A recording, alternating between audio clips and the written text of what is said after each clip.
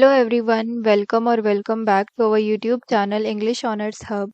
आज की वीडियो में हम करने जा रहे हैं डीएससी 9 लिटरेरी क्रिटिसिज्म का एक और ऐसे द लैंग्वेज ऑफ पैराडॉक्स, जिसको लिखा है क्लीनेथ ब्रूक्स ने। क्लीनेथ ब्रूक्स के हमारे सिलेबस के अंदर दो ऐसे आ रहे हैं, एक हेरेसी और पैराफ्रेज, जिसको मैं ऑलरेडी कवर करवा चुकी हूँ। अगर आपने वो वीडियो नहीं देखी है तो अभी जाके देखो। और सेकेंड ऐसे आ रहा है द लैंग्वेज ऑफ पैराडॉक्स, जो कि हम आज की वीडियो में कवर करेंगे। तो सबसे पहले हम क्लीनेथ ब्रूक्स के बारे में थोड़ा बहुत जान लेते हैं, ताकि हम एग्जाम में एक दो पैराग्राफ पढ़ा सके। तो क्लीनेथ ब्रूक्स बॉर्न हुए थे 1906 में और इनकी डेथ हुई थी 1994 में। ये एक बहुत ही अच्छे अमेरिकन लिटरेरी क्रिटिक थे और प्रोफेसर भी थे, और इनका न्यू क्रिटिसिज्म मूवमेंट के अंदर बहुत ही बड़ा रोल देखने को मिला है। ये मुरे में बॉर्न हुए थे और इस एस्से के अंदर वो पैराडॉक्स के बारे में बात करते हैं कि पैराडॉक्स क्या होता है, पैराडॉक्सिकल स्टेटमेंट्स क्या होती हैं, वगैरह वगैरह। और इनके मोस्ट इन्फ्लुएंशियल वर्क्स के अंदर आते हैं मॉडर्न पोइट्री एंड ट्रेडिशन, जिसको लिखा गया था 1939 में, द वेल रॉट अर्न, जिसको लिखा था 1947 में, और द हेरेसी ऑफ पैराफ्रेज, जो कि हम कर चुके हैं ऑलरेडी। अब देखते हैं इस ऐसे का इंट्रोडक्शन। ये जो ऐसे है लैंग्वेज ऑफ पैराडॉक्स, इसके अंदर ब्रूक्स बताते हैं पैराडॉक्स की क्या इंपॉर्टेंस है और पोइट्री के लिए क्यों ये बहुत ज़रूरी है। तो पैराडॉक्स होता क्या है? कोई भी एक ऐसी स्टेटमेंट जो कि खुद को कॉन्ट्राडिक्ट करे, बट वो स्टेटमेंट सही भी है, ट्रू भी है, वो उसी को हम पैराडॉक्स कहते हैं। आगे हम एग्जाम्पल के थ्रू भी समझेंगे तो आपको और अच्छे से समझ आएगा। और वो कहते हैं कि पोएट्स पैराडॉक्स यूज करते हैं कॉम्प्लेक्स और कॉन्ट्राडिक्टरी आइडियाज को प्रेजेंट करने के लिए स्ट्रेट फॉरवर्ड तरीके से। अब हम ऐसे पढ़ते हैं।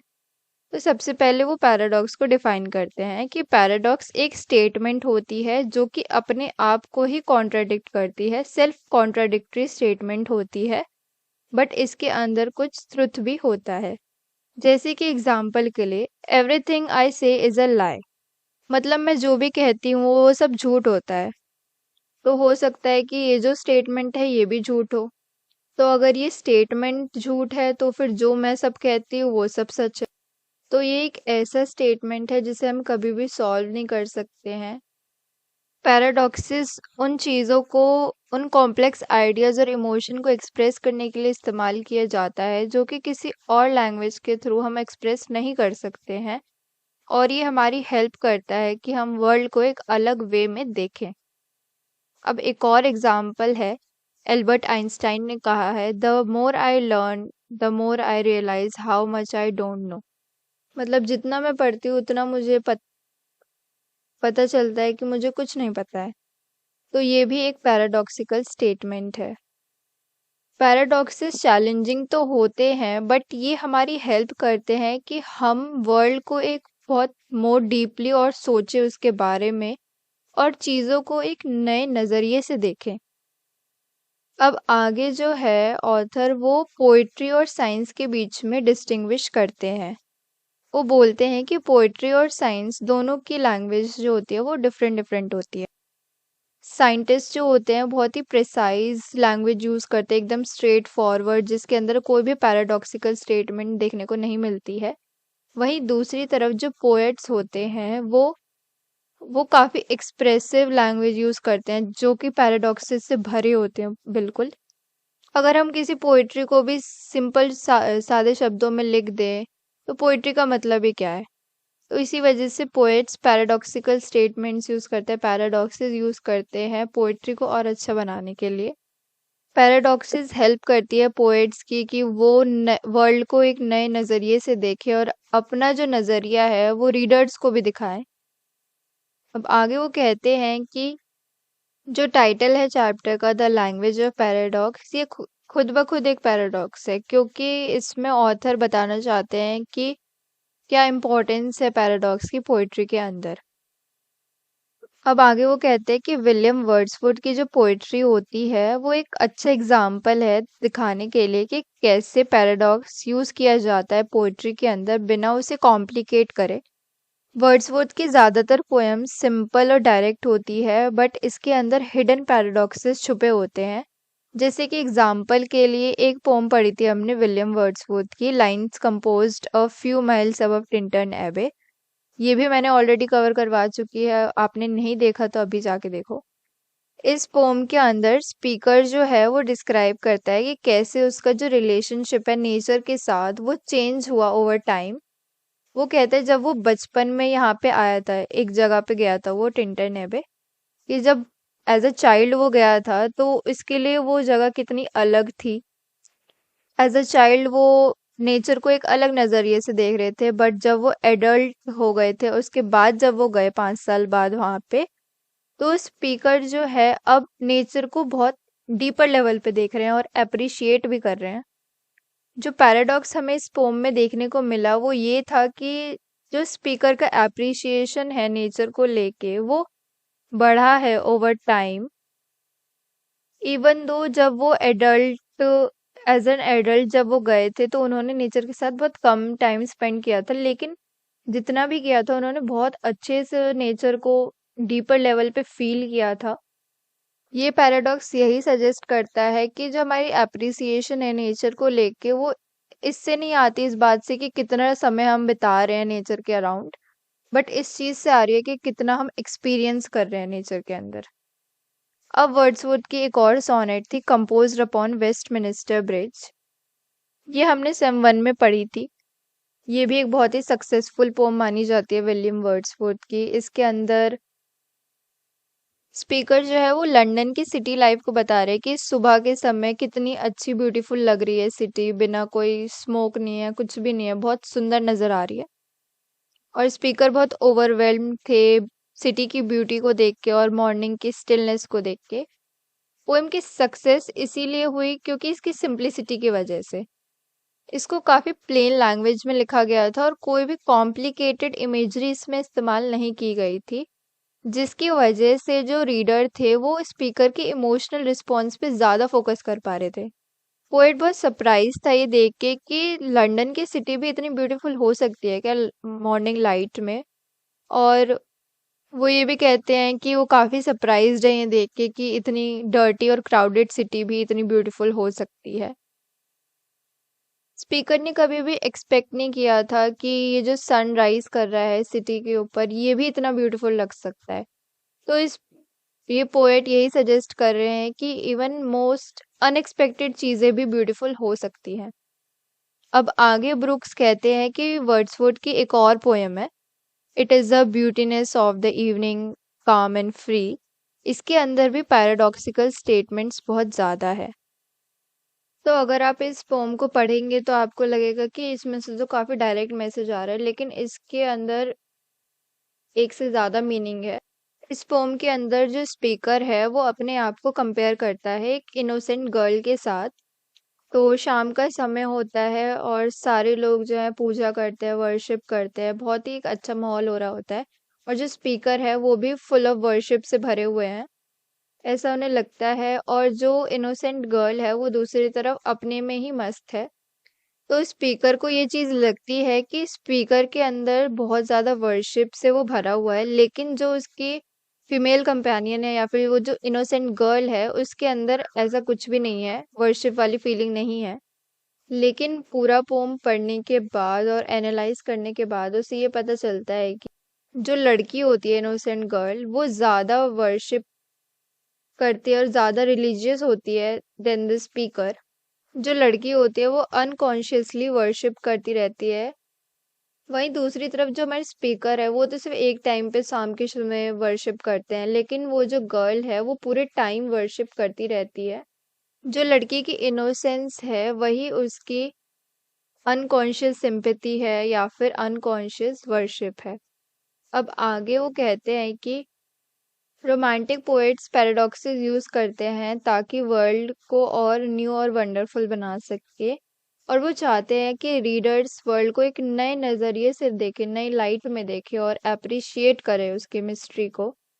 वहीं न्यू क्लासिकल पोएट्स जो होते हैं वो पैराडॉक्सेस यूज करते हैं सिमिलर रीजन की वजह से ही। वो चाहते हैं रीडर्स को कि वो सोचे ह्यूमन बींग्स के कॉन्ट्राडिक्टरी नेचर के बारे में।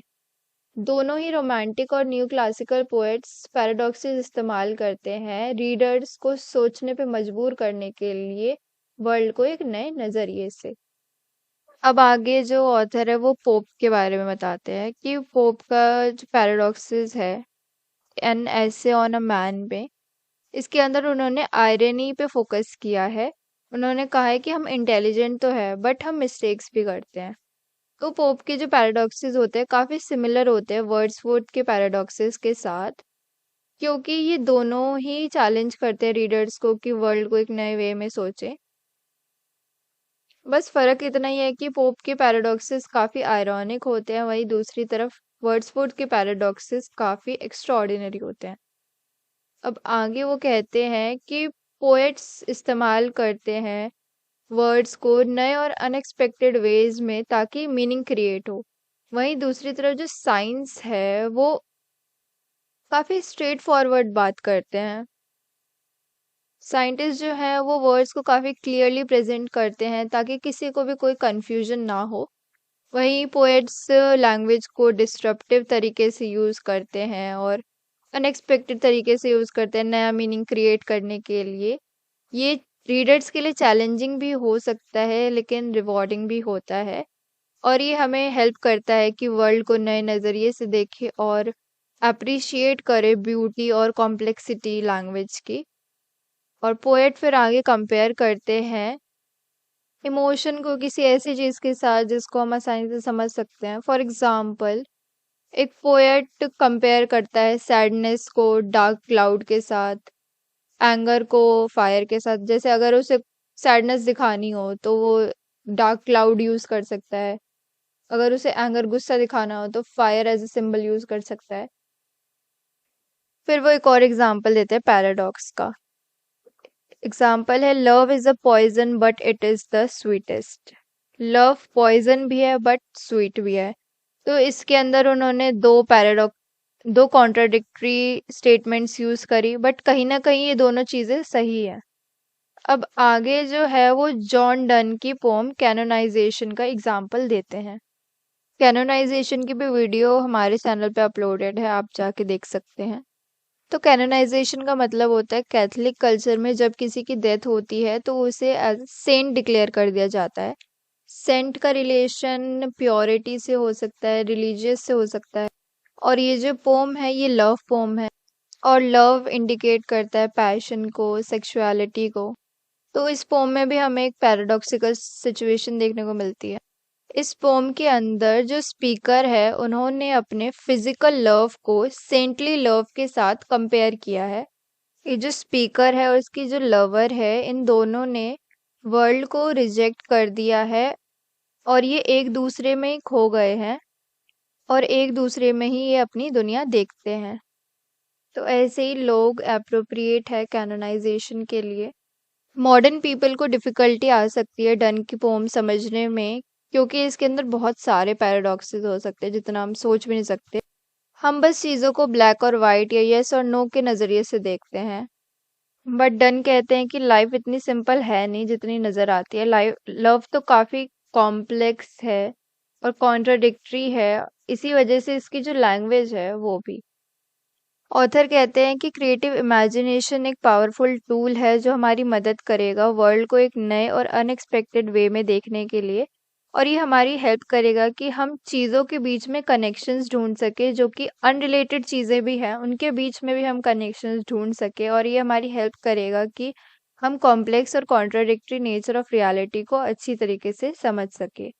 यहीं पे हमारा एसे खत्म होता है। अब हम थीम्स की तरफ बढ़ते हैं। तो इसकी पहली थीम है लव। लव को एज ए पैराडॉक्स डिस्क्राइब किया जाता है क्योंकि ये पैशनेट भी हो सकता है, जेंटल भी हो सकता है, सेल्फिश हो सकता है, सेल्फलेस भी हो सकता है, जॉयफुल हो सकता है, पेनफुल भी हो सकता है। नेक्स्ट थीम है लाइफ एंड डेथ। लाइफ और डेथ दो साइड्स की तरह एक सेम कॉइन के, और ये दोनों ही चीज़ें एसेंशियल है हमारी एग्जिस्टेंस के लिए। नेक्स्ट थीम है ट्रुथ। जो डिफिकल्ट होता है डिफाइन करना, क्योंकि जो सच है वो किसी पर्सन के लिए सही हो सकता है, किसी के लिए नहीं हो सकता है। हो सकता है जो एक इंसान के लिए सही हो वो दूसरे इंसान के लिए ना हो। अब नेक्स्ट थीम है ब्यूटी। ब्यूटी काफी सब्जेक्टिव है। एक इंसान जिस चीज को ब्यूटीफुल समझता है वो ऐसा हो सकता है कि कोई और उसे ब्यूटीफुल ना समझे। लास्ट थीम है the meaning of life. Meaning of life तो एक ऐसा क्वेश्चन है जो कि फिलोसफर्स और थियोलॉजियन सेंचुरी से ढूंढ रहे हैं इसका आंसर, लेकिन अभी तक ऐसा कोई आंसर नहीं बना है जो कि हर एक को सेटिस्फाई करे। तो यहीं पे हमारी वीडियो ख़त्म होती है। आई होप आपको ये अच्छी लगी हो और सारी चीज़ें समझ आई हो। ये जो पीडीएफ है आपको हमारे टेलीग्राम चैनल पे मिलेगा। टेलीग्राम का लिंक आपको डिस्क्रिप्शन में प्रोवाइडेड है। अगर वीडियो हेल्पफुल लगी हो तो like, comment, share and subscribe करना ना भूलें। Thanks for watching. खत्म। Bye bye, tata, good bye.